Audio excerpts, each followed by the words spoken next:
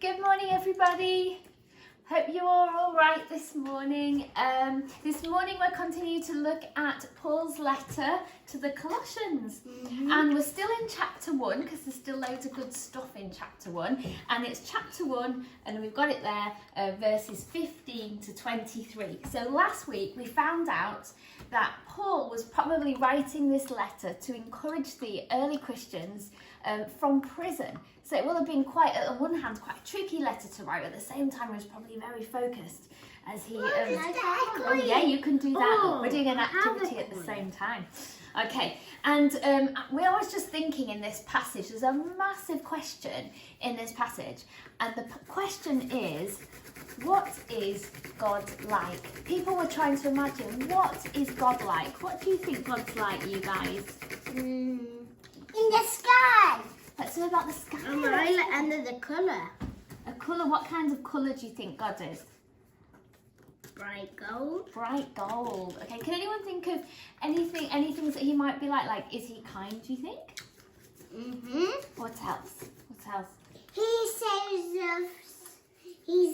saves from bad things. He saves us from bad things. That's right. That's right. And I know lately we've been watching some of the Narnia films, and you might have read those books as well. The lion and the witch and the wardrobe. That's right. And the lion. Who's the lion a little bit like?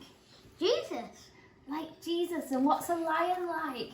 He's very big, and he's kind. Do you think he's a bit brave as well? Yeah, so people have tried to imagine. And can I tell them something sad? Okay.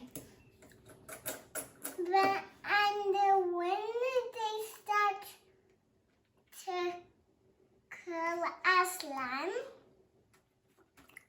when it's finished, Susan and Lucy start to rescue Aslan, but Aslan doesn't wake up. No, not till later. He wakes up later, doesn't he? That's meant to be a little bit of a picture of what Jesus did for us when he died for us and then came to life. So, where am I? So have a little chat with the people in your house, or if you haven't got anyone in your house, give someone a ring and ask them, what do you think God is like? And in this passage, we've got this poem or song that Paul wrote about Jesus. And in this section, he says that Jesus is the image of the invisible God. So when you look at Jesus, you find out a little bit about what God is like. And images were really important in those days, pictures of things. There were images of the Roman emperors, the kings, the important people, and if you watched us a couple of weeks ago, you'll know that they made massive statues of these people. So there were big reminders all over the place of who the important people in charge were. And they also put the emperor's picture on a coin so that everybody knew who that person is. Now we've got some coins, and I think we've just been doing some rubbings, haven't we? I've got mine under my paper. And you might want to have a go at doing some rubbings as well, because even today in this country, can you see there's a person, isn't there, on one of our coins? Can you see who's the person? It's drawn a circle. The queen. And the colour it in. That's right, they go, it's the queen. So even nowadays we get reminders of the person in charge everywhere we go. Look, that coin. Your coins there. So when you look at your coins, you remember that actually money, remember who's in charge. And in those days, that's exactly what they had. But in this passage, Paul was going, you've got all these reminders of all these images of these kings and emperors, but actually the one image, the one picture, the one thing that you need to remember is Jesus. And Jesus is the image. He is like the invisible God. So when you look at Jesus, you find out a bit about God. Okay, so another thing we thought we'd have a go at was to try and imagine what God is like. And we know we have some clues in this passage. So if you want to be a detective, and I'd like you to try and get hold of this passage, it's Colossians chapter 1, and it's, where are we? We're 15 to 23. And there are some clues. So if you're a bit older, I encourage you to just have a little read of that, or get someone else to read it to you. You might pick some clues out. Some clues we found was that in him, in Jesus, all things were created. Thinking that's quite amazing, that everything leads back to him. Another clue we found, that in him, all things hold together. That's quite amazing too. And another clue that we found is he is like the head of a body. Now there's another letter that Paul probably wrote where it says that we're like the body and Jesus is the head. So this focuses on the head. So you might want to draw a body and show that he's like the head. But if you could do anything, if you were like Paul and you were trying to imagine what Jesus would like, what would you do? What would you say? What colour would it be? We're not asking you to write a poem, but you might like to. Oh, one thing that we're doing is we're having a go with magazines. And I was flicking through, and I don't need to think too much about this, but just have a look. You might see a picture that you think, oh, that reminds me a bit about God. And it might be something that's really speaking to you now while we're going through this difficult time. Something might just stand out to you, what God's like. So we picked a few things, didn't we? Ryan, what have you got on yours? I've got... Just show yours. Okay, what does it say? Mine says welcome. Welcome. And why did you choose that word? Did that remind you of God? Yeah. Yeah? Because it's welcoming? Yeah. And you put an animal on there, so why did you put an animal? Was that linked with the creating thing? Yeah, I like animals. Yeah, and who created all things, remember, from this passage? Jesus. That's right. And then you picked this really lovely picture at the bottom. Did this remind you of God as well? Yeah.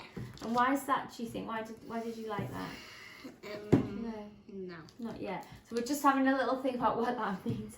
Sometimes you can't explain why you pick certain pictures. You just pick things you think, I'm just going to pick that. So I've just got this, I think I'm just going to use this bird here. That's really speaking to me about God at the moment. I don't know why. Can't explain it, but I'm going to use the picture to help explain it. So don't worry too much if you don't have the words like we don't. And you can create your own picture. You can add words in there. You can put pictures of things in there. Daisy down there, she's got one. I think, what does your picture show, Daisy? You've got a picture?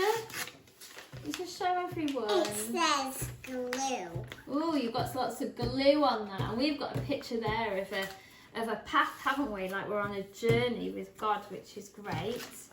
There we go. There's a little one I've done.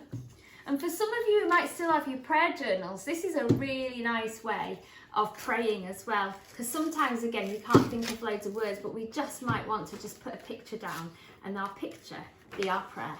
So have a go at that today. It'd be lovely to see what you've done. It's something that you can just have a play with. So just have a play. There's no right or wrong with this. And don't think it out too much, but just see what comes. If you're little, again, just have a little look. Someone might get some magazines out or some newspapers out for you, or might even just get some colours and just do some colouring.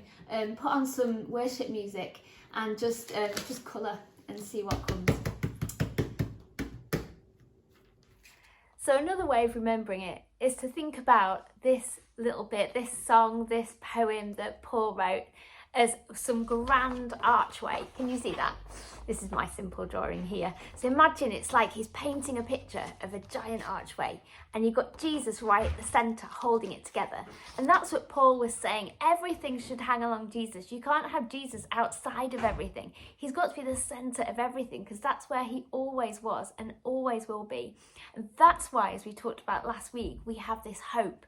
We have a hope, not just a hope that's set in heaven for later on when we get there, but actually a hope for now, that we know that in all things God is with us and he is helping us, and we have this whole world to discover all about him. And so I'm going to leave it there for you and just encourage you this week just to look for signs of where God might be working and ways in which you can get involved in that. Maybe it's by smiling at someone in the shop, maybe it's by writing to someone, maybe it's by drawing a picture for somebody, or maybe it's just saying, well done, Mum, or whatever that might look like. Let's encourage. And if you're with Dad today, I hope you also have a good Father's Day. And remember that God is the ultimate dad. He's the best dad for all of us, and he knows what's good for us as well. So enjoy today, enjoy your week, and look forward to seeing you next time. Bye bye everyone.